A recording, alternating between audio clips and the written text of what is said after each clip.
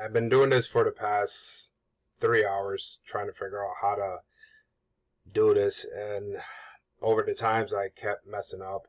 One, I kept repeating one word over and over. I don't want this to kind of make it seem like I'm making a drinking game, how some people end up doing when they make videos, depending how many times a person say it. I am kind of nervous when I doing this. I've never done this before, but I'm trying to do my First Amendment rights. I feel like I'm being attacked in the state of Connecticut, and I'm not getting any type of help. Every place that I went to that is supposed to protect us, I feel like I'm back in the 50s and 60s. It's like, I used to live in Hartford, and Hartford is literally a community of minorities that lives there. And unfortunately, every place that is supposed to protect us is just one color behind everything. And I don't want to make it seem like it's racism and everything, but unfortunately it is. I never wish that I'd been in this position, and I don't wish this upon my enemies. But when you're dealing with this, and when a courtroom is taking your rights away and taking your child away from you and attacking you financially, is something that I don't wish upon anybody. And fortunately, this is what ended up happening to me. And my story was that in the beginning, when my daughter was born, I was able to be with her in her life for 2 years over here in Connecticut before the mother moved. When she ended up leaving, she wrote a paper in the courtroom stating that I was in the military, and the reason why she had to leave was because of the fact that I was in the army, and that her mother was dying, and that she had to go directly straight over there. Now, and my understanding is that I have family members and people that are in the military. What they end up telling me was that even if they submit that on the courtroom, just by looking up by my social security, it would show if I was in the military or not. I was not in the military. Unfortunately, the courtroom has submitted that as I was in the military, and I'm not in the military. That was the reason why she left the state of Connecticut. When she ended up leaving the state of Connecticut, I ended up calling different lawyers because I was trying to, bring my daughter back here in the state of Connecticut. And what they end up telling me was that they can't do nothing about it because it's already been 6 months, and she's already considered as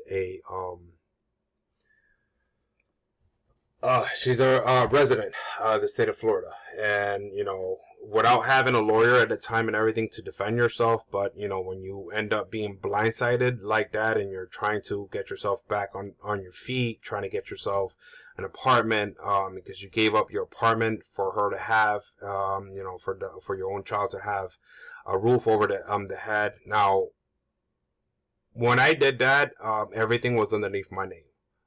She was not working at the time when she got pregnant. She stood at home, and I basically was the one working. That was a decision that she wanted to do. She was working. No, sorry, she wasn't working. She was basically getting state assistance and everything while we was together, while I was working, and she was pregnant.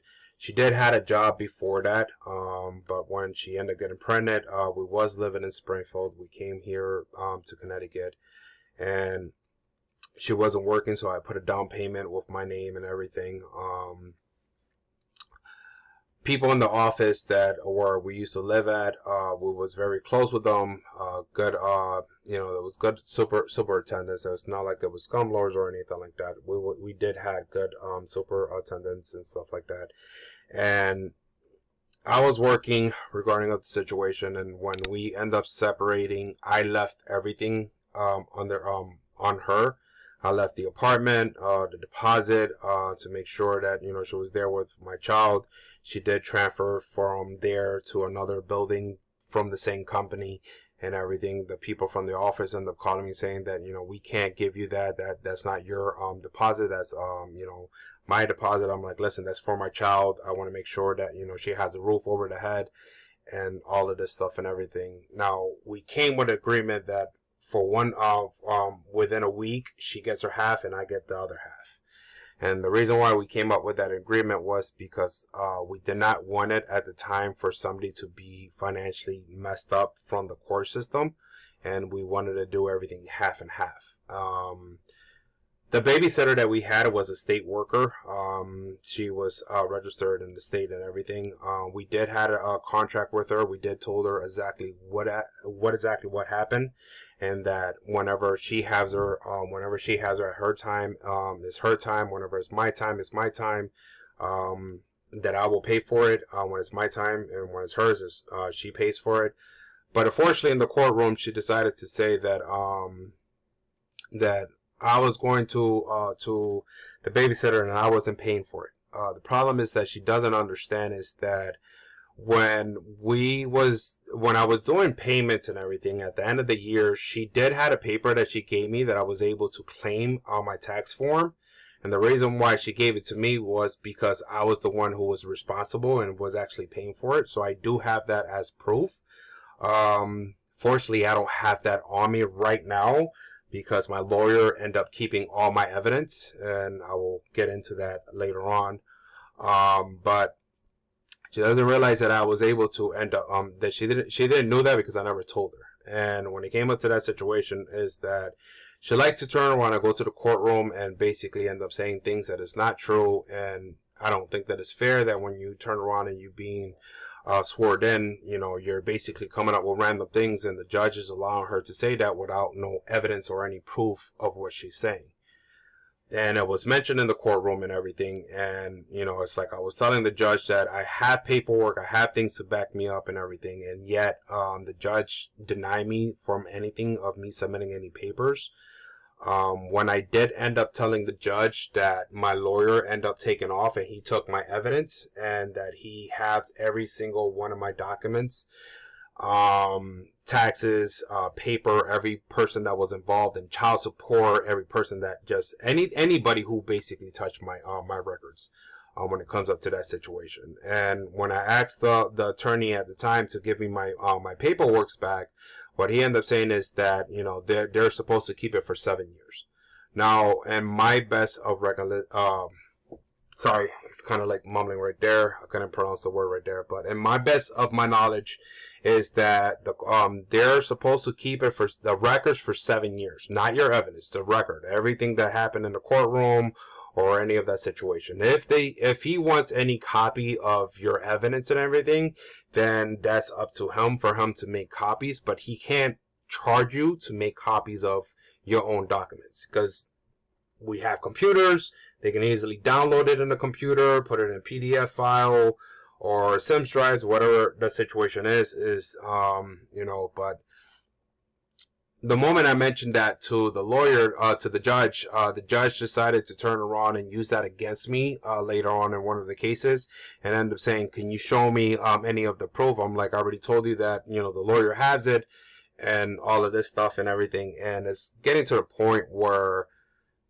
you don't know who to trust, because it's like you're being attacked by not only by the judge, but now lawyers that are not doing their jobs. And I'm not blaming every lawyer here in Connecticut, but every so far ones that I met has denied me for to help me. One is I can't afford it because I'm being attacked financially, and I even show them the paperwork and proof. And the other is just them telling me like, "Oh, we did this before where we try to do help people, and then people just left us dead." And it's like, it's just one of those stories where you're fortunately being stuck in a situation where you can't get the proper help because you can't afford it. When I did apply for public defender, I was denied, and every time that I was denied, they end up asking me who I'm living with, what's their social security, what's their paycheck, if they can get a copy of their paycheck. I'm like, you can't ask me that question. That's against the law. And when I was telling him like, they don't have nothing to do with my case. What did that have to do regarding of the situation? But they just kept denying me over and over. I just got tired of going with them. One is they said I make too much. One, they said that I don't make too much. It's just one of those things where they're not really doing their jobs when it comes up to that situation. Now, I wish they are being recorded, because I believe that every person that end up working in the course for the state, and it have to do with a child, I think that their conversation should be recorded, because this is after all, this is a children's life that is in stake regarding of the situation. It doesn't matter if the children is not and death situation, but even if they are and they're not, it should be recorded, because they're getting to the habit where they get to say and do whatever they want. And when it's come up to us to tell that to the courtroom, saying that they're saying this, and they're saying like, no, I'm sorry, they're not saying that, we know this person and all of this stuff, and it's getting to the point where it's just they're taking their word over yours. Even no matter how badly you do it, you can't record it, because you need their permission to record the conversation.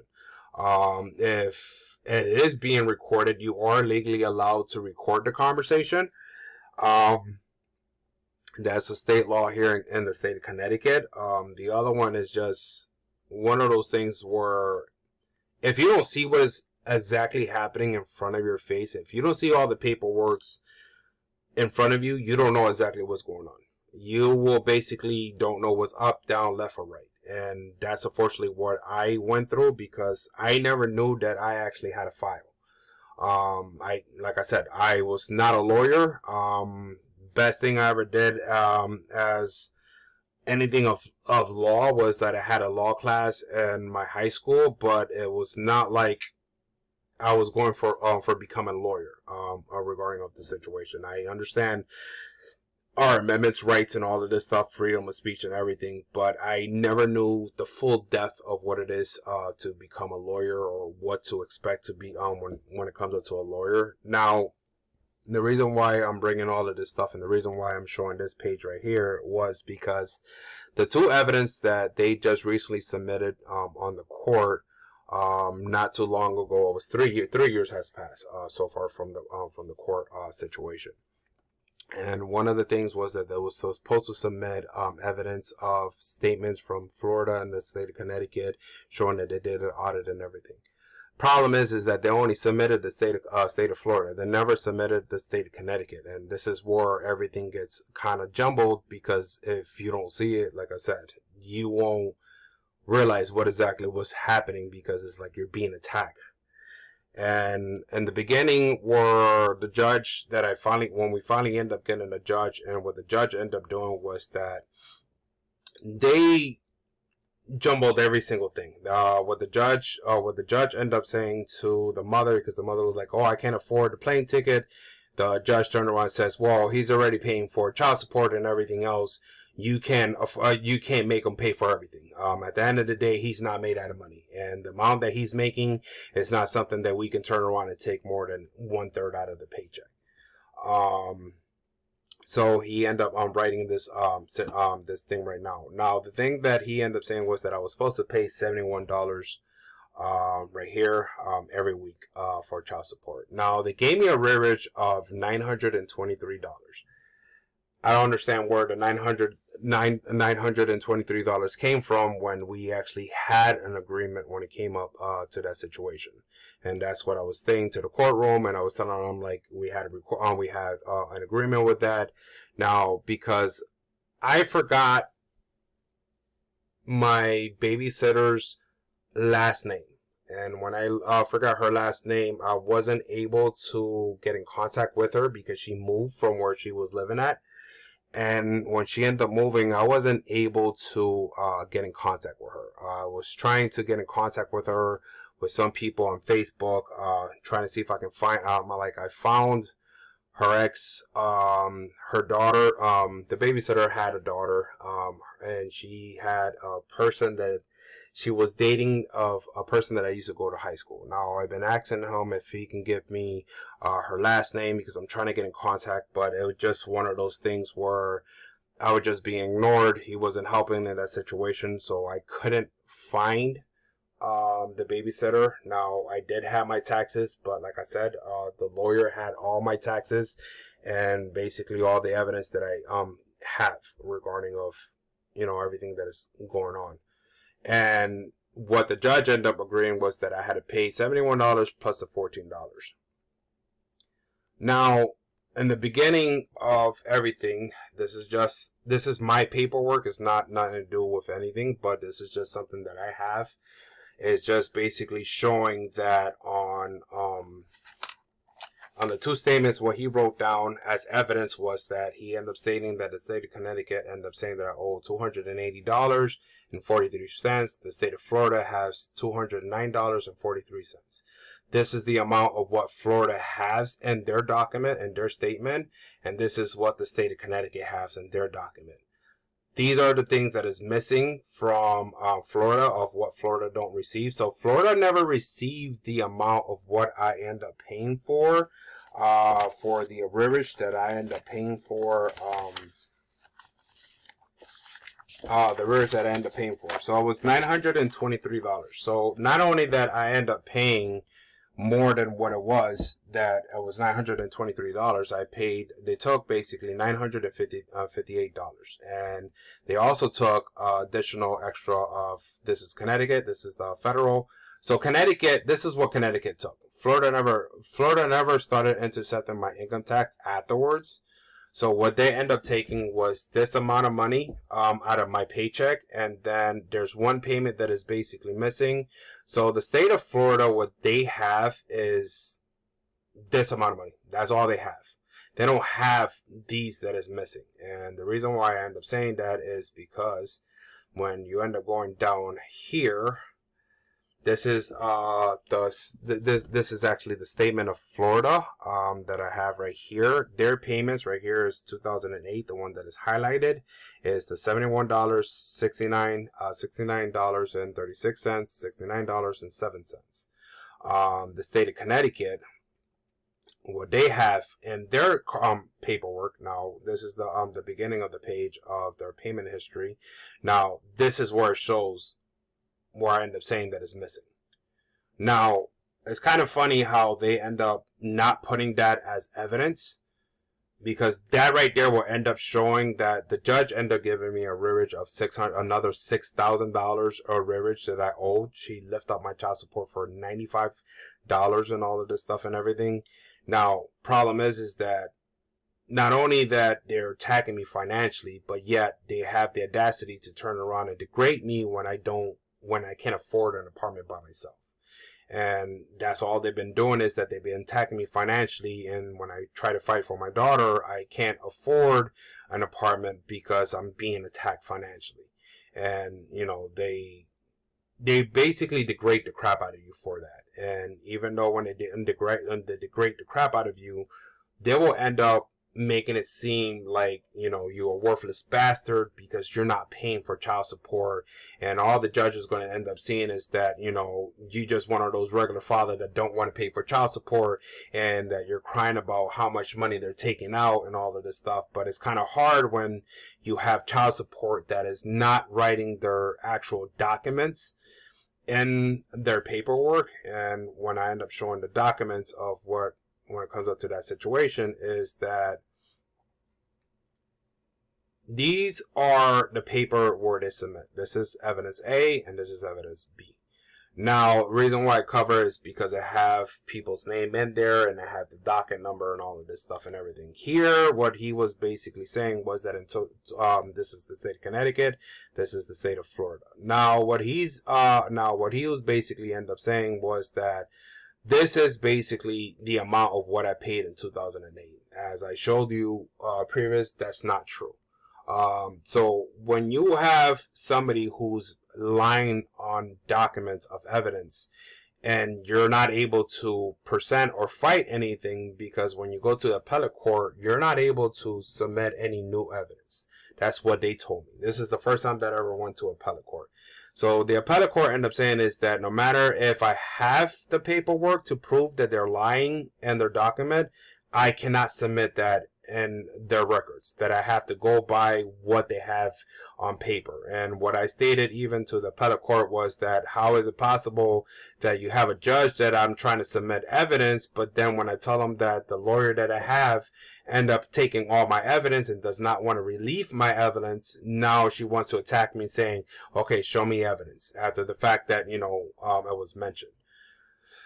Now, when it comes up to that situation, that just 2008 of what I've been attacked from it, because the state of Florida ended up taking my the next taxes the next following year, because they end up saying that I have a rearage of $958, and they end up saying that I did not pay for the rearage and all of this stuff and everything. So now I got the state of Florida that is taking my federal income tax, and they're taking everything. Even if I don't owe that much money, they're basically taking everything. Now, when the state of Connecticut, when we get our state of Connecticut, that's the first one we get. We get it within 2 days. Now, when you get it within 2 days, they're not replying back to Florida and telling Florida, hey, we received this amount of money. So say, for example, you owe like yearly, I end up within yearly, I'm supposed to pay $3,692. If I miss, say for example, if I miss 500, now if I end up missing 500, they're able to take my income tax. If you owe less than 500, they're not able to take your income tax. That's what I was understanding, and it has happened in the past where I owed less than $500 and they did not take my income tax. But when they end up taking my Connecticut taxes, they don't call Florida and let Florida know that they already received the money. By the time it comes to my federal, they receive the document and they never turn around and submitted anything to the state of Connecticut. So when the state of Florida, when they take money, you don't see that in the state of Connecticut. Like 2008, where I basically 2010, I end up owing $2,321.94.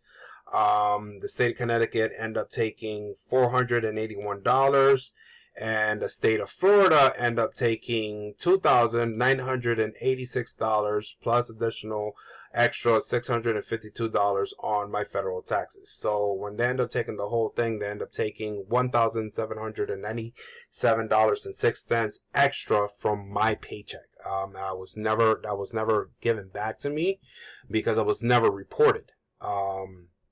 When it comes up to anything. And the reason why I end up saying that is because it's not like I saying that out of my ass, but back then, this is the amount how much we end up paying for what we was getting for minimum wage and stuff like that. And this is the $900 from the tax form that I end up getting. This is Connecticut. So they cannot say that they never received the money because the money's right here. This is the proof. This is basically showing that whatever the document was, what they end up taking, that's how much they end up taking. Now, as you can see, that's what I end up showing you early. These are 2010, the amount of what they end up taking out. This is also 2010, basically another 2010. These right here is blocked off because I was only showing 2010. I am showing the whole statement of Florida and Connecticut. I just want to show just small evidence. I want to do a video. I don't know if I said this before because I've been doing this video again, but the stack of paper that you see literally right there is what I'm going to submit separate than my video, because that's way too many papers and I don't want to feel like I'm talking, and when I end up talking, I'm jumping back and forth. It's like the moment I see one paper, I want to talk about this one, and then I want to talk about what's related to that paper instead of the first thing that I'm doing. But that's the amount what that was end up taking. But what the gentleman ended up stating was that I had to pay an additional $71 and then a rearage of $27 for a tax form that they supposedly end up saying that I was supposed to pay back for my daughter's insurance. Mind you that the day of the court that they end up saying that where the judge that I end up having was the same judge that he gave me that arrearage. So even if you turn around and you end up saying that that's the amount of what I'm paying for, these are the two different ones for minimum wage. Now, even if you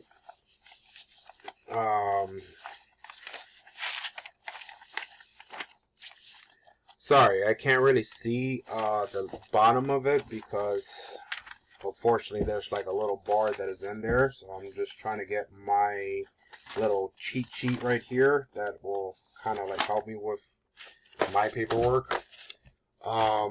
So in the bottom here, it just basically shows that around the minimum wage right there, plus taxes, including the $14 plus the arrearage of $27 extra that was never submitted in the paperwork from the first page that I end up showing you of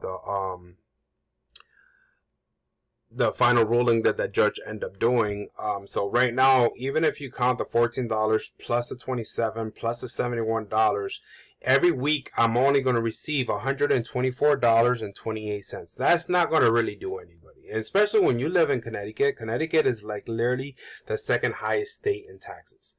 So when it comes up for gas, any of that situation, and you add it monthly, there's no way that I'm going to be able to turn around and pay for a house and for me to keep a roof over my head or my child when I need to see my child.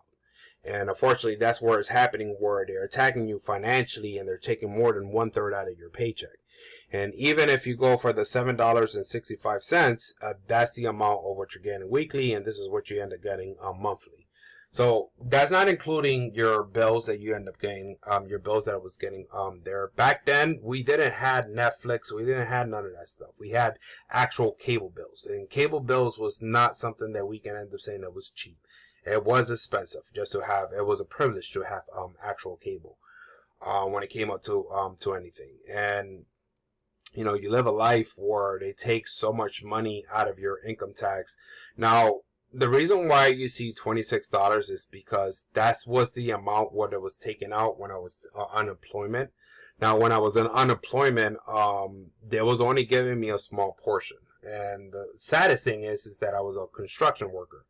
For me being a construction worker, I was not receiving a construction worker pay through unemployment. The way how they kind of based it was as minimum wage of what I was working a regular job instead of construction. And no matter how many times I kept telling them I work construction, I don't know why is it low and all of this stuff. So when they took money out of my income tax, when they took money out of my paycheck for unemployment, because fortunately when I work construction, when it comes up for winter time and everything, usually that's when it kind of die off and I go to unemployment and everything until summer comes in, and then I start working. So when they end up taking that, this is the amount that I was basically getting. Now, when I was getting all of this stuff, I wasn't able to afford $71 or any of that situation until I started back again working. Now, another situation that ended up happening is that in 2013, child support went to court without me being present there. They end up telling the judge that I have a arrearage of $923 and that I never paid that, because fortunately what they end up doing is that they go to the courtroom and they state that the judge ended up giving me a ruling for $71 and then the insurance, and that's all I end up doing.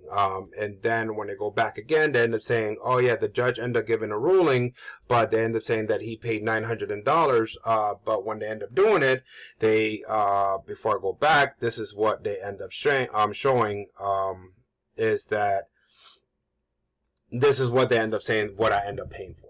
So it's kind of hard for you to end up saying that in 2008, this is the amount of what I end up paying for, when that's not even nowhere near the amount of what I end up paying for. And, you know, when you end up going through something like that and you don't see it right away, if you don't put the paper in front of you.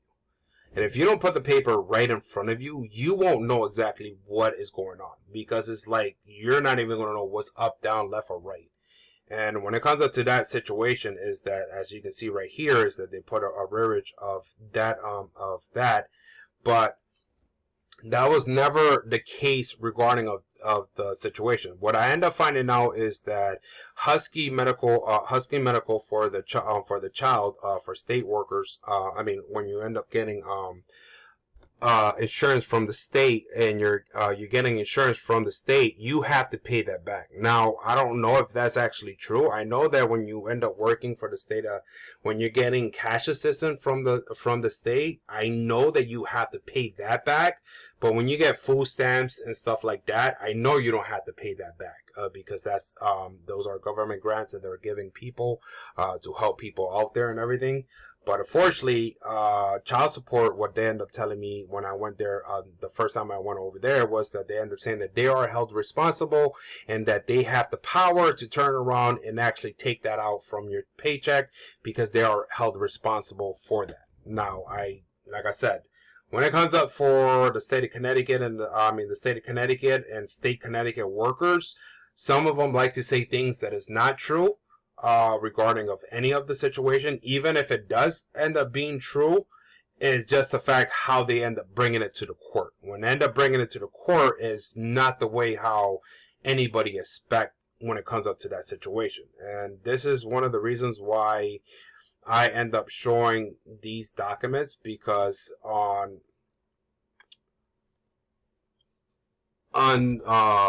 2013, it took 1 year and 2 months for them to turn around and end up stating that I owed money.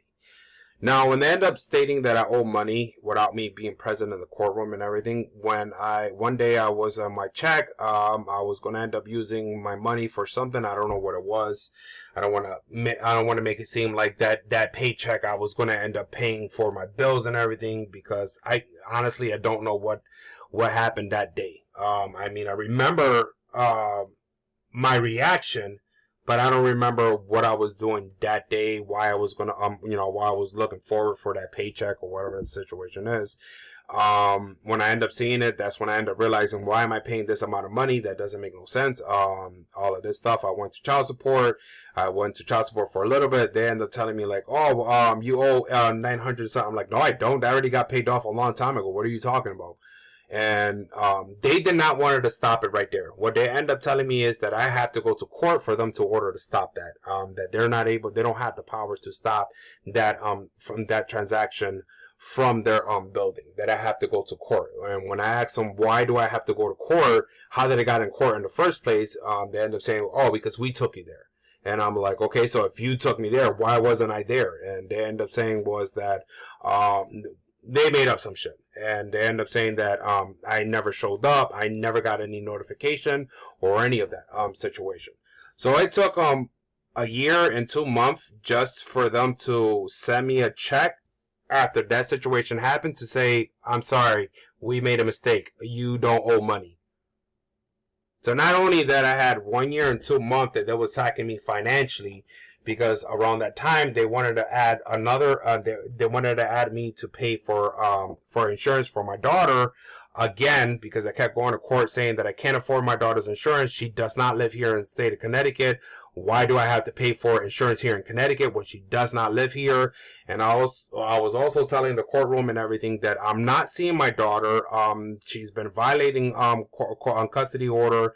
I went to court and I fought for contempt of order, and I was denied.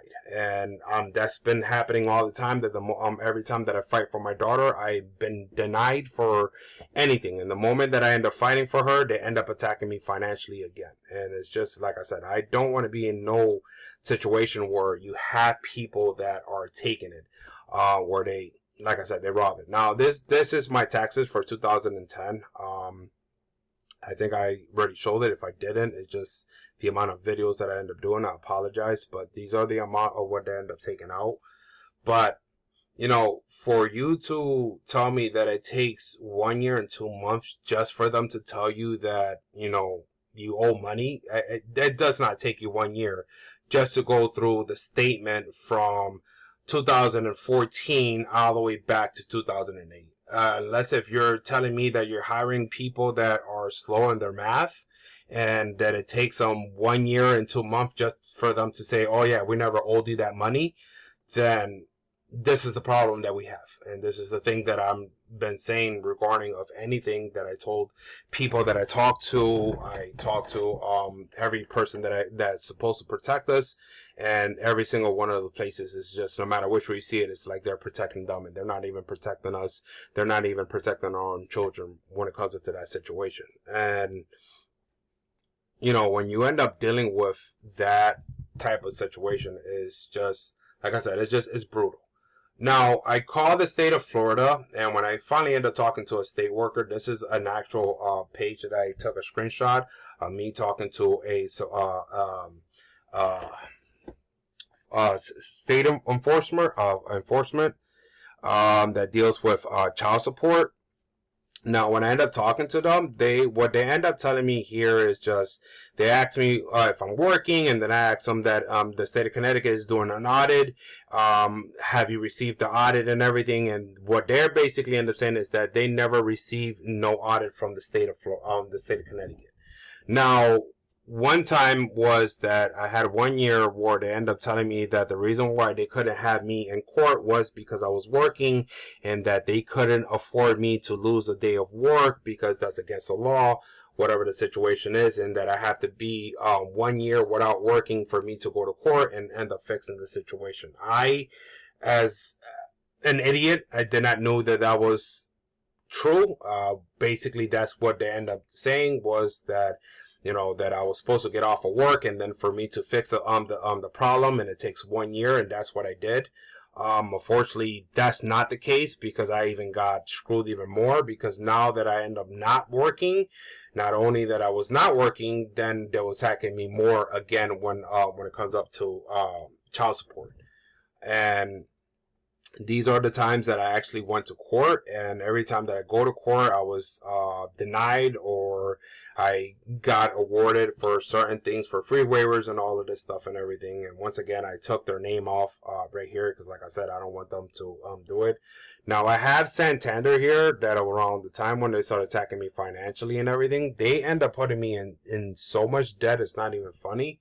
That now, reason why I covered this and I end up saying their name and everything, I wanted to turn around and not put their name in there, but they already was in the internet, and they already end up losing their case and everything. And I'm not blaming them fully of what happened with the car, because they already owned up to what they end up doing. But for me, I already had a bar association lawyer that they end up giving me to help me with my situation when it came up to my car.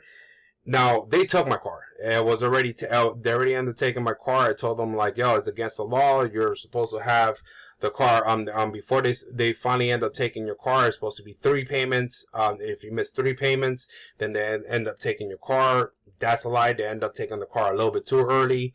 So not only that was messing me with my car and everything, but when child support jumped in it, because when I submit paperwork of what I'm paying for, that's when I was saying I can't afford it, because I got this, then I also got student loan, and student loan at that time was basically saying that I had to pay a certain amount of money. I'm like, I can't afford that. You got to bring it down. I can do payments, but I can't afford what you're telling me right now, because I already have too much bill on top of me. And like I said, that 1 year and 2 months was one of the biggest downfall that I ever had, because I did not have money. And I was stuck in a situation where I did live in the streets, and they literally dropped me down. And that was the one part where I lied to the court system, because I don't want to turn around and end up stating that, because I was not being protected. I was basically being attacked, and no matter what came out of my mouth, they was taking child support word over mine. And you got people that are working there, and they're not even doing their job, and they're putting people in situation where they have to live on the street, or they have to sell drugs just to keep food in their kids' mouth and everything. Now, I don't condone with drugs and everything, but at the end of the day, if that person just trying to keep food for their kids and everything, you can't really blame them for that. At the end of the day, they're not going to have their kids starving to death, or whatever the situation is. And yes, I believe that drugs is one of the bad things in this life, where it does it ruins people's life. Um, Regarding about that, but I don't want to talk about like the drug situation, but I'm just giving that as an example. But when you're stuck in that situation, like, you have no problem like showing every violence thing that happened in Hartford, where people are shooting each other over drugs spots and everything, but you're not really digging deeper why they doing all of that stuff. And it's a sad thing that in life we have people where they're hiding things and they're not really showing what exactly was going on. Now, I don't want to fight with the state of Connecticut, because I know that at the end of the day that's kind of hard. But being attacked by them is not something that I asked for. It's not like I'm breaking the law or any of that. I'm just trying to defend what they took away from me and what the damage that they end up putting me through regarding of this. And it's like, you can't move forward in life when it comes up to for you to try to get a house, for you to pass it on to your kids or whatever the situation is, especially if you're being attacked financially and they're putting you in debt and you're being your credit is messed up, and they end up putting you in default, and then you can't get out of default because it's like you can't pay for it.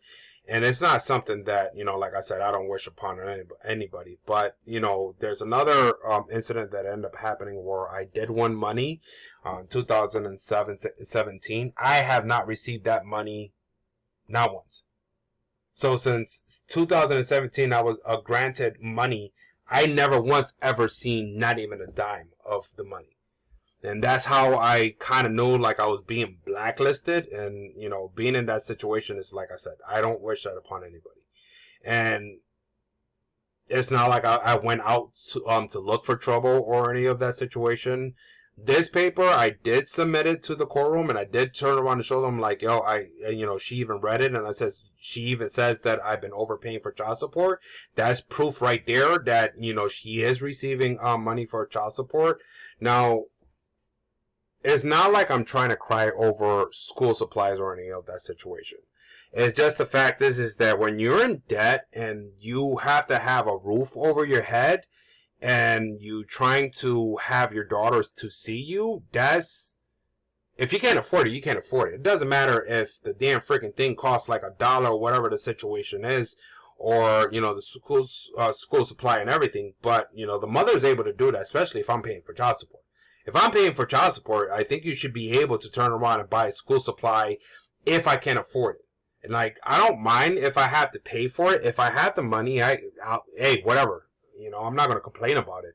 But one of the reasons why I'm not showing the whole conversation and everything is just the way it is. Now, this is her picture. I did block her name and everything. This is me talking to her. Now, when I do talk to her, it's not the fact that, when she does piss me off, it's not like I write down like the whole curse word. I do put this right here.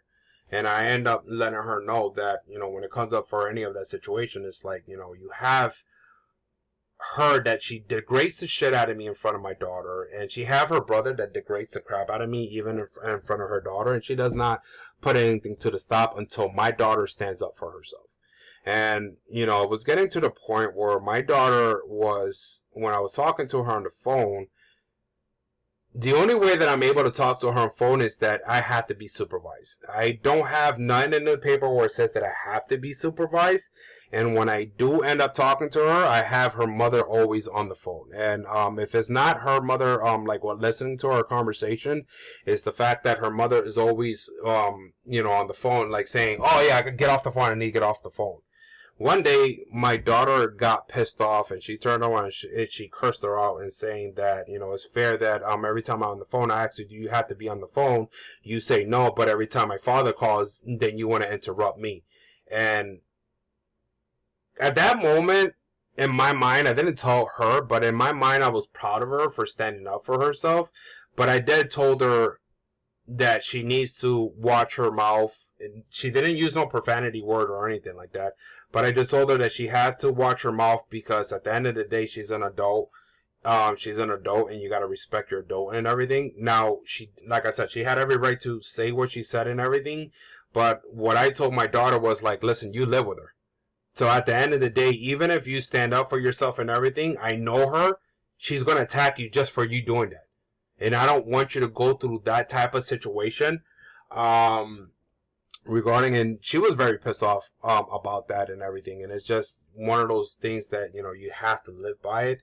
Um, Here is basically the letter that from my attorney, where he basically ended up telling me that I have to pay him $200 because he's charging me 30 cents per copy, and that's not the amount of the stack of paper that I gave him. I'm going to tell you this right now. It's going to be over $1,000 of the amount of stack of paper. So it was almost close to this. Plus, on top of that, the income tax and all of that stuff that I gave him and everything. My girlfriend was there when I did all my paperwork, and when I brought the paperwork to him, it was a stack. Now, he did send an email showing a little baby stack of, oh, this is what you sent me. That's not what he sent me. And the reason why I never replied back to him, because I already knew right off the bat, he was never representing me. All he wanted me the whole time was to admit that I owe money when I didn't owe money.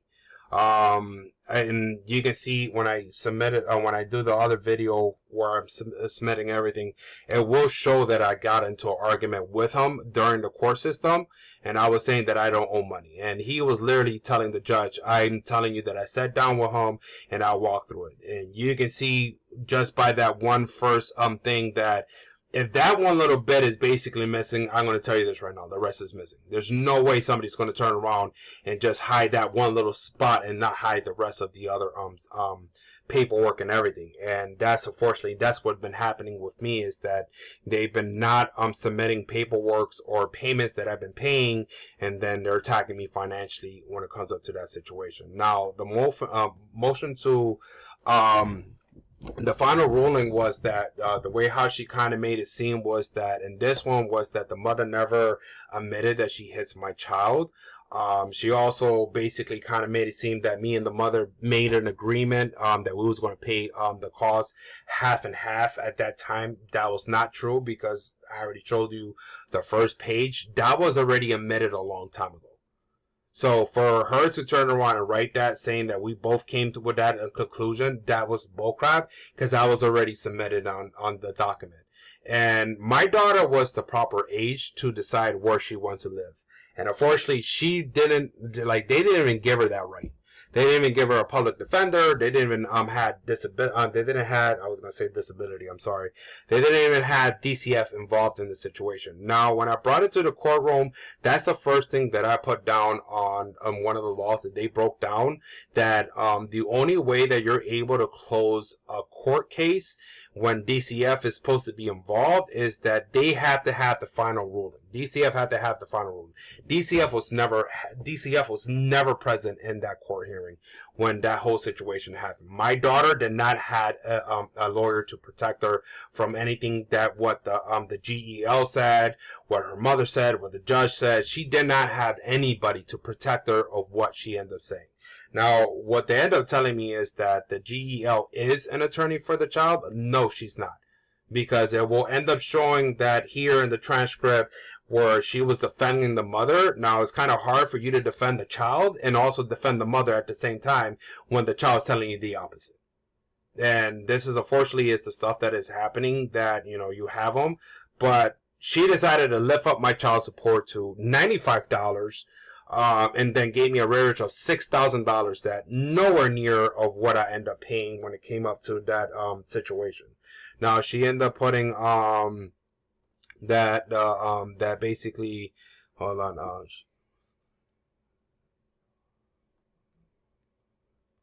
so this situation right here was one day that the mother turned around and she left her hair straightener in the car. And she turned around and she forgot that she had the hair straightener in her car, and she was telling my daughter to look for it. My daughter was like, I can't tell you where it is because I never used it. And she was like, no, you was the last one to use it, you better look for it. And she didn't want her to turn around and to look for it. And what she ended up doing was that she ended up pulling my daughter's hair and says, "You better look for it right now." And I told her to put her mother on the phone, like, and I cursed her out. I'm not gonna lie, I did curse her out. I says, "What the hell are you doing? Like, why are you gonna curse her out? Why are you doing all of this stuff?" And my daughter couldn't even find it. She didn't know where it was. She was just like literally searching for everything. So one moment she turned around, she says, "I don't know where it is. I don't know what to tell you. I don't know what to tell you." And she turned around, she started screaming at her, and then she realized in that moment that the hair straightener was in the car because she took it to a friend's house to do her hair, or she did the hair for her regarding of that situation. Now, when she ended up doing that, my daughter turned around and says, "If you had the hair, if you had it, why are you blaming me, and why are you pulling my hair?" And I told her, "You had no right to do that to her." And all of this stuff and everything. And what she ended up telling me is that when she's in that house, that's her rules. When she's in my house, it's my rules. But she had no problem calling me during any time when my daughter needs discipline for me to discipline my daughter. I'm like, you're not going to call me just to discipline my daughter when you already said right off the bat, that's your house. That's your house. That's not my house. And all of this stuff and everything. And when it comes up to a situation like that, it's kind of hard, when you're fighting and everything. And when you bring it to the appellate court, it's just one of those things that it's kind of hard because you don't know how to present yourself or any of that situation. Now, everybody got served. The judge got served. The GEL got served. Both GELs got served. The mother got served. The freaking my lawyer got served. Everybody that was basically involved in the court paper, they all got served. And when they ended up getting served, none of them showed up to the appellate court. And that's one of the things is that when I went to the appellate court, I was like, "Why is nobody here?" They're like, "Oh yeah, they're not here. You're the only one that gets to represent yourself." So it's kind of hard that, you turn around and you do an appellate court. Now, when I did the appellate court, sorry if I'm scratching my nose. It's just for some reason when I get nervous, sometimes my nose just get itchy. When you go to the appellate court, now the appellate court is just one of those things that I never done before. Now I had to do the appellate court by myself. I didn't have an attorney to help me with it or any of that situation. So you have to do an appended and a brief. And appended and a brief is something that is literally mind-boggling. That's also in there. But when I brought it to the place of the court, right, because I followed the procedure, the timing and all of that stuff that you have, and there's certain time that you have to submit the paper. And if you miss the deadline, you have to start the process all over again. And if you're not going to make it, you have to request a form to see if they can extend it out, and you have to explain the situation. Now, when I brought the document over there, it was just one of those things that it scared the crap out of me because the way how they acted in that office, it was just one of those things where one person grabbed the thing, she started reading the appendix and the brief, and she started bringing it to another person. When she brought it to another person, you started seeing a whole bunch of people, like there was bringing one person at a time, and that was bringing a whole bunch of people, and it was like you seeing, it's like watching football players doing a huddle. And you saw a whole bunch of people, like literally everybody that was in that office literally stopped of what they doing, and they was all looking at it because everybody was telling all the co-workers, like, "You need to come and see this, you need to come and see this." What I was thinking is like I messed up so damn freaking bad. I'm like, what the crap is going on? Why they doing this? And when they came back to me, what they ended up telling me was like, "You did this," and I'm like, "Yeah, what about it?" Now, my girlfriend, she did the appendix. I did the brief. And when it came up to that situation, we both made a mistake. What she did was that she put my name first and my daughter's mother. And when it came up to mine, there was one paper that was not notarized that needed to get notarized. And when they ended up telling me that, what they ended up telling me was like, "I find it funny that you got people that are not as lawyers, and out of the whole time that we've been in here, you did this 10 times better than some lawyers that comes in here and they went to school for this and they have to redo it over and over. And you guys did an amazing job regarding of that. And I was like thinking, like, hearing something like that or being praised the way how they kind of praise us in the office was like, I'm thinking I have a chance to win this case. But when you end up going to there and then they end up taking that away from you and you're the only one defending yourself, I still don't find it that how are you going to be protecting other people when they never even bother to show up? And, like I said, I don't wish this upon anybody. I literally, like, what I went through in life is not something that I can turn around and tell people, hey, that's what you're, this is what you should expect in life. Nobody should ever go through that. Nobody should have the power to endanger your child or use your child as a weapon against you. Not only that I was not able to pass my culture down to my daughter, but I was not even allowed to have a sweet 15 or a 16 with my daughter because the witness that she had was also putting things on my daughter, saying that, oh no, you should have it in Florida, that, we're going to do this and this, we're going to pay for this and all of this stuff and everything. Now, that's none of her business. She need to worry about her kids. And the problem is that, the witness that she had, the reason why me and her don't get along was that there was a situation and it was brought up, and like I said, I got the transcript right there and I'm going to post it up. But it was brought up that I was talking to somebody. I just don't know who it was. I don't know if it was a family member or it was a friend or a coworker. I don't know who I was talking to. But unfortunately, I ended up having an actual butt dial. And I don't know how that happened, but for some reason, it literally called her. At the moment I was talking about her, my phone just called her. And trust me, I did not do that on purpose or any of that situation. They end up asking me, why don't you like this person? And I told them that the reason why I didn't like this person is because this is not the first time that she done this to another person. She went to a courtroom and done this before, and she actually got away with that situation. And when it came up to that situation, like, I never had a problem with the person that she went to court with. Never had a problem with her. I mean, I adore her. She's a beautiful person. She has a beautiful personality. I never had a problem with her. And she helped take her child away from her. And when she took her child away from her, the first thing that she ended up doing was that, oh, I'm going to take care of her. I'm going to, treat her, have her in a better home and all of this stuff and everything. The moment that she ended up doing, I'm like, why are you doing that? That's none of your business. Like, well, what are you doing? And, she made this soppy story and all of this stuff and everything. Now, when it came up to that situation, when she finally won, she left the child in a group home. And when I turned around and I told her why, I'm like, and you're the one who said that you wanted to protect this child. Why she's in the group? Oh, she steals. So you took her away from her mom, and yet you left her over there because she steals. That does not make no sense. So I called her the B word. I'm not going to sugarcoat it. I'm not going to lie about it. I don't really call a woman the B word unless if it comes to the attention. And this did came to the attention. So I end up saying, like, I don't like her. She's the B word, whatever the situation is, and that's what it was caught in the recording in the situation.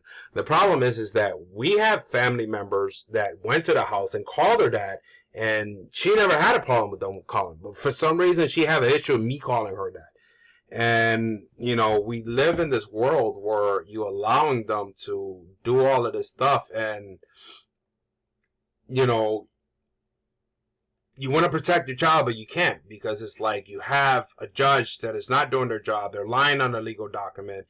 You have lawyers that is basically leaving your case, taking your evidence, and basically was trying to force you to say that you owe money, and that don't worry about it. Say that you owe money, and then we can come back. No matter which way you say, I'm not going to say I owe money. I'm sorry. It's for me. I'm not going to do that, because that's, like I said before, that's going to harm me in the long run if I lie in courtroom, because now my word is going to be basically tarnished when it comes up to that situation.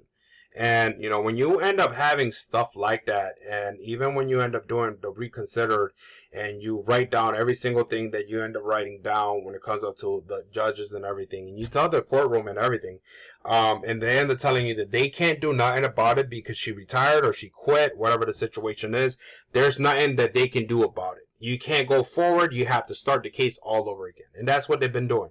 Every judge that I end up getting end up retiring and they end up saying, we can't do nothing about it. You have to start the process all over again. I'm like, don't you think it's kind of weird that I keep having the same thing over and over, where I keep having judges that end up quitting or retiring the moment that I end, and they screwed up and lied in a legal document, and I have to be the one in that end of the end of the straw. And it's just, like I said, it's just hard when it comes up to any of that. And, you know, when you end up writing this and you write it to the judge and you end up saying all this stuff where the judge ended up lying, and just to see a letter a couple days later, because it takes a while. It takes, I think it takes three to 6 weeks. I could be mistakenly of the date and everything, but it does take a while for you to get a letter to come back, because not only that they have to read the letter, they have to turn around and you have to submit everything. All the process of everything that you're doing is just submitting paper and all of this stuff. It's just one of those things where it hits you. And when I mean it hits you, it gets to the point where it gets you depressed.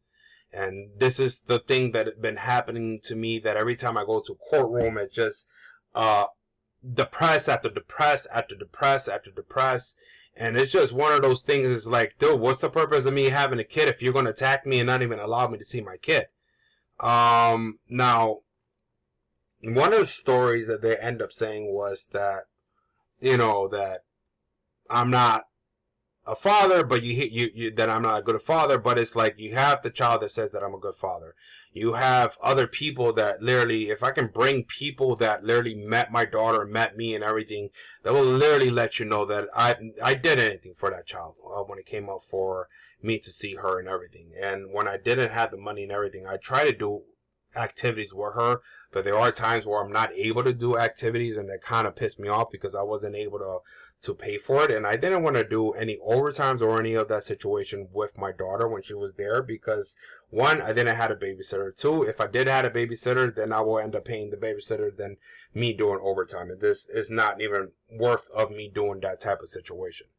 And you know, when you end up going through stuff like that, it's just, like I said, it's just one of those things where you go through life, and sometimes when you look at your child and your child looks at you and tells you like, Dad, why don't you want to see me on holidays? You can't really tell the child like, dude, what are you talking about? Like, your mother's supposed to send you over here. And, you know, when it comes up to that situation, it's just one of those things where it broke my heart.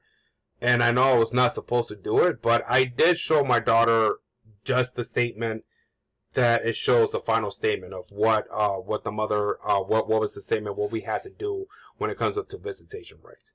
And when I showed her the visitation rights, and here where it shows $95 that I basically had to pay of the agreement, what she ended up saying is that I told my daughter the truth, because the moment she came up to me, it took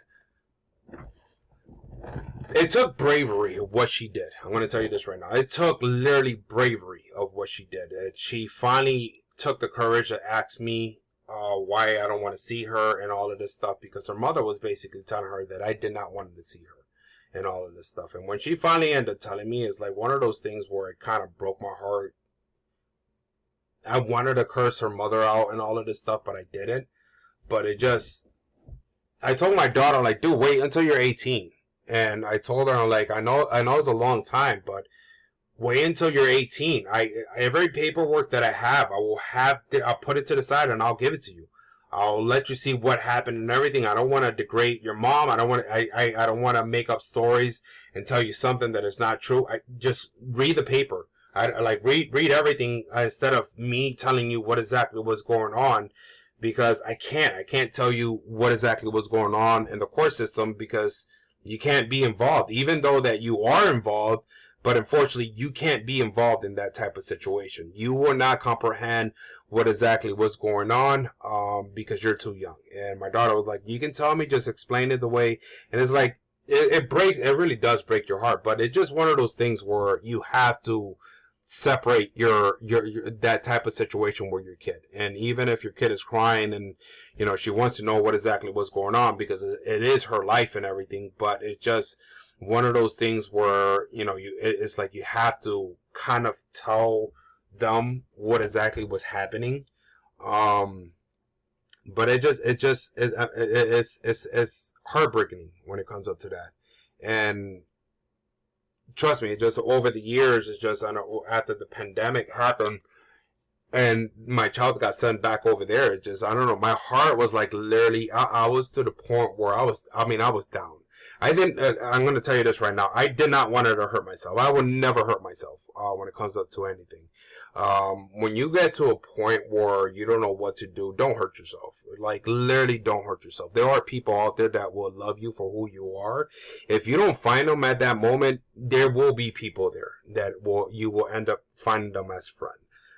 When you're in a depression, you gotta understand is that you put things in your mind that is not there and it's not right. And that's the thing that unfortunately that depression is. Depression is to the point where sometimes your mind is your worst enemy. And whenever you get to that situation, do put a stop sign on your head, inside of your head, and tell them like, stop, this is not true.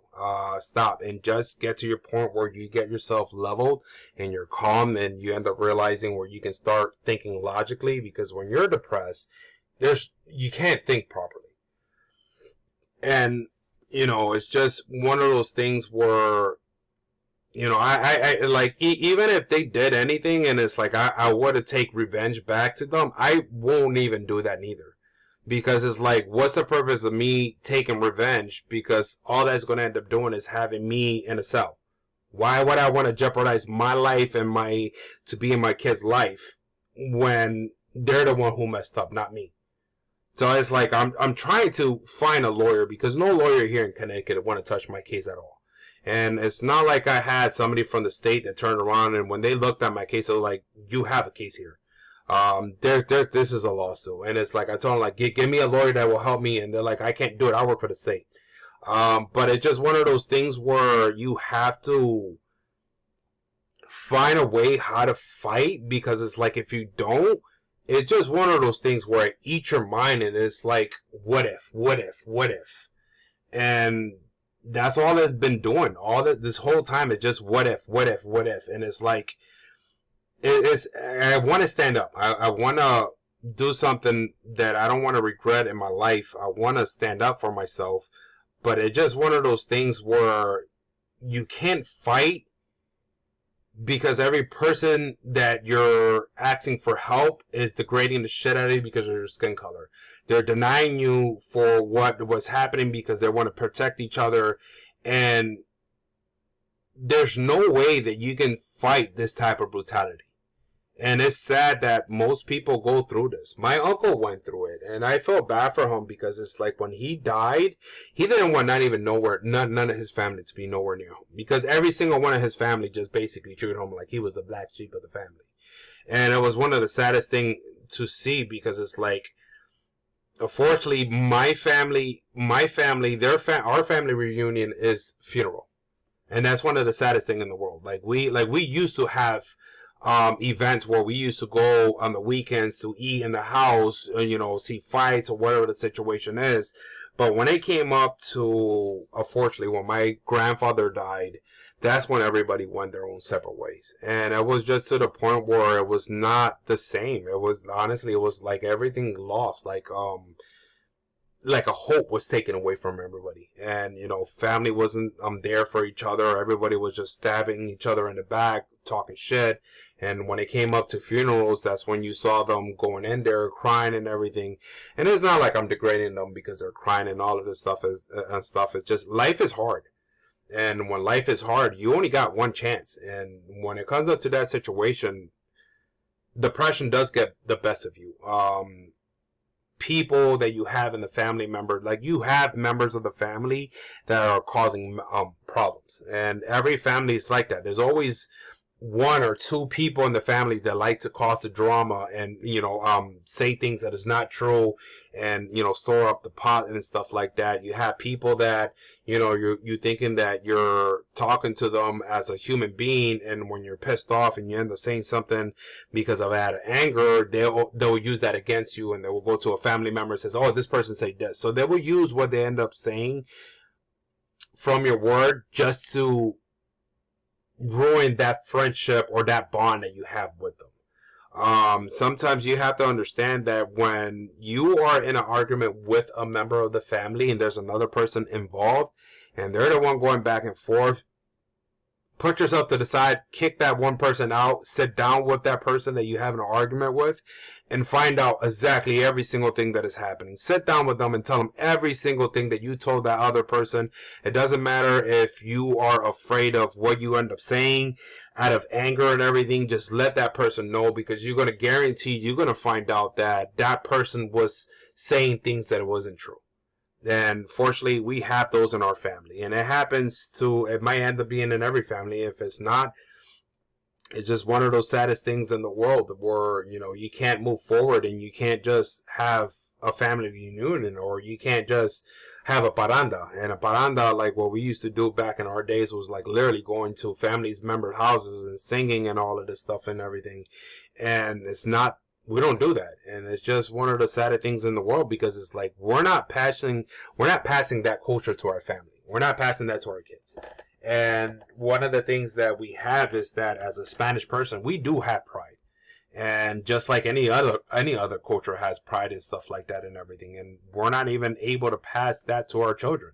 And some children don't even know how to speak Spanish when they live here in the United States and stuff like that, because all they're doing is speaking English. And unfortunately, like during the times in 2008 and beyond that, was always, you had people that was like, dude, you're here in the United States, you speak English. And it's like, dude, stop that. This is a place of immigrants. Everybody who lived here is different culture and all of this stuff. Stop saying that that they're supposed to speak English. That's not your business to listen to other people's conversation. So if you hear somebody say that shit, just literally turn around and flick the finger at them and ignore the shit out of them. Because at the end of the day, nobody should stop you for who you are or to express your culture or any of that situation. Because at the end of the day, every culture is beautiful. They might have some things that you may not agree on, but it's not your culture. It's their culture. And when it comes up to that situation and everything, we should just respect that there are cultures out there that are beautiful. And, the way how they respect family members, the way how they love each other, the way how they have this bond with their family and all of this stuff. Food, celebration, when it comes up to different type of food that you end up eating and everything. It's one of the most beautiful things that we enjoyed here in the United States, because it's like you see every single one of those cultures, you eat one of those cultures and stuff like that. And it's just one of those things that I don't want to make it seem, like I said, I don't, like I said, I don't know, I've been doing this video so many times.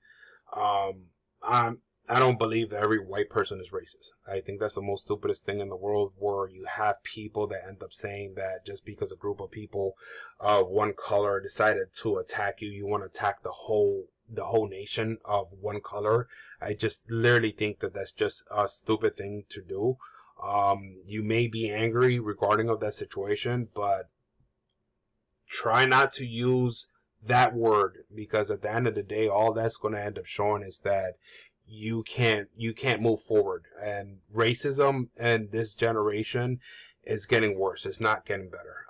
They're finding different ways how to involve racism, and it's just one of those things where it's getting out of hand. And I think that our children are suffering from it, even though they don't understand it because they're too young. I mean, at the end of the day, they're not going to know what is the responsibility of paying rent, bills, and all of this stuff. And you got a lot of kids that are doing a lot of things. And I got like nieces and nephew, and some of them end up telling me about different website and all of this stuff, and I'm like, what the hell is that? And when I found out what the crap is, all these damn freaking pages and all of this stuff, and when they're saying like, oh, you heard of one the OnlyFans? I'm like, what the hell is an OnlyFans? And they were like, oh, this is where you turn around and you take pictures. Some people take pictures of their feet, or some people take pictures of weird things. And I'm like, why the hell are they doing that? That doesn't make sense. Why the hell you want to see? But it's fetish what people have, whatever it is. But you have too many people that are degrading themselves, and they don't realize that later on in life, that's all going to be in the internet. And sooner or later, there's always going to be somebody who's going to be hotter than you because you're getting older. And when it comes up to that situation, it's already too late. And unfortunately, that's what happens in any type of civilization. When you're young, you don't know crap. And when you're old, you end up realizing the mistakes that you end up doing. And that's part of life, where it happens in every generation. Where sometimes when you do have regrets and you get older, you realize what is the things that you regret in life, and why didn't you end up doing this? Why didn't you listen to the people that was trying to give you guidance and push them to the side? And unfortunately, that does happen, that you have people that give you guidance, but you don't want to listen to them, because at that time, all you want to do is just drink, smoke, whatever you want to do regarding of the situation. But like I said, the moment when you have a child and you have responsibility, you start realizing all of those things. You should have listened to what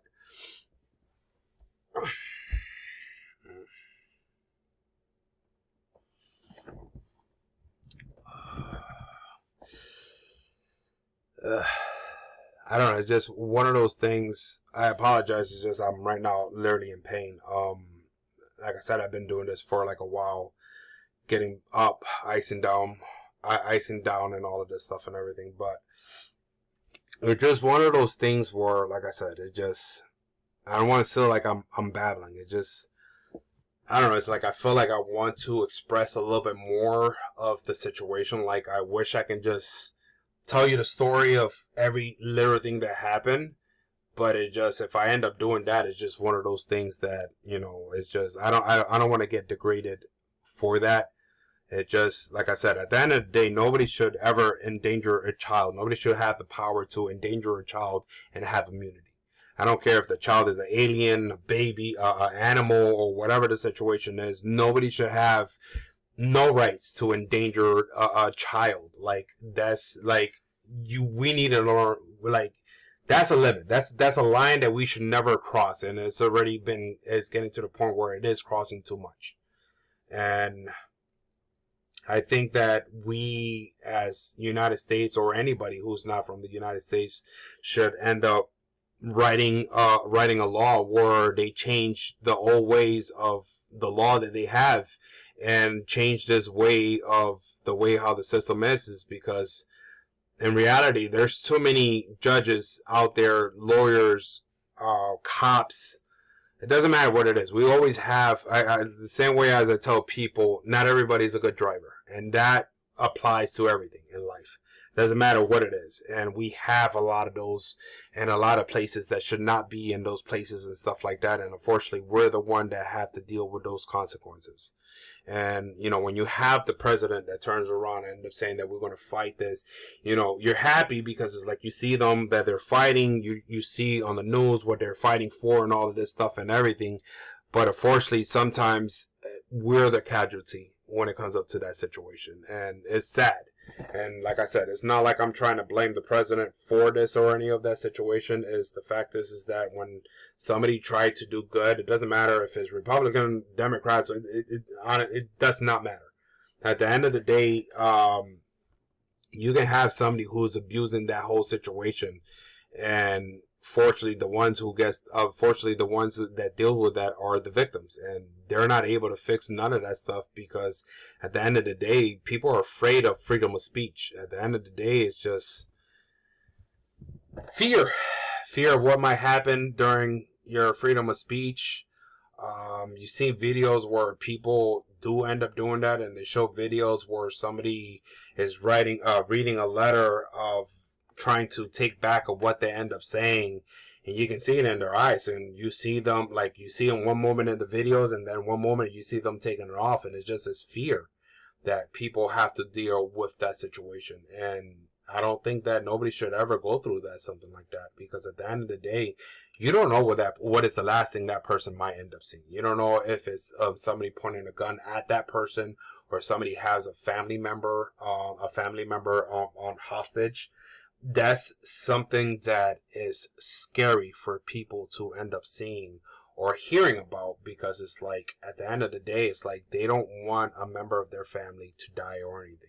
And nobody should ever have that type of power over you, especially when they're the one who's wrong about it and they're the one breaking the law. And you're giving people power that should not have power.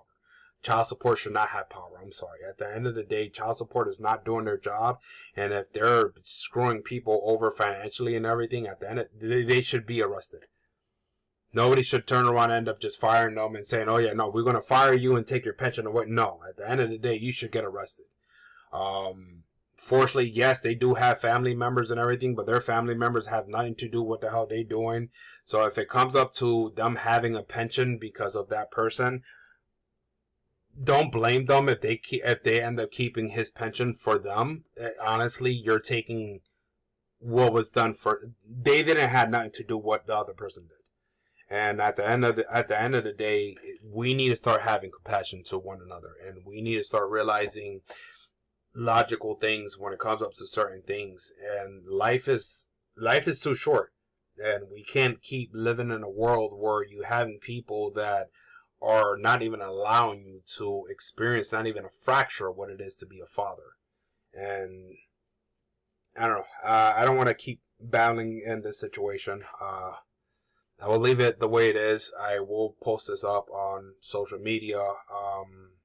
If you see this, please pass this on. You know, I don't want no other family to go what I went through and all of this stuff and everything.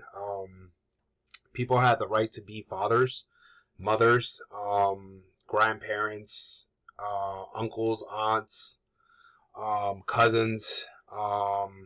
It's just one of those things where I think that, you know, they're overcrossing the line. And like I said, I just want to get justice of what they end up doing to me, and how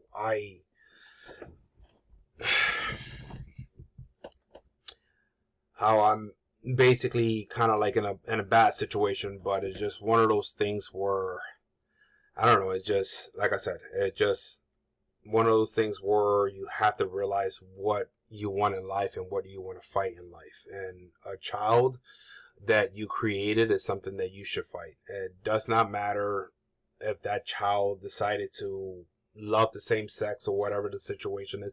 At the end of the day, it's your child. You should protect that child no matter which way you see it. Your child is your child. It does not matter. They're going to have hatred out there, but they should have the love and respect of their parents and their support when it comes up to any type of situation. I that's the best that I can do regarding of the situation. Thank you for listening to me.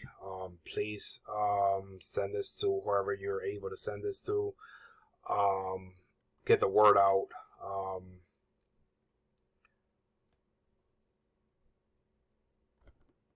I don't know what else to say. But thank you for listening. If you stood through this whole video and listening to exactly what ended up happening.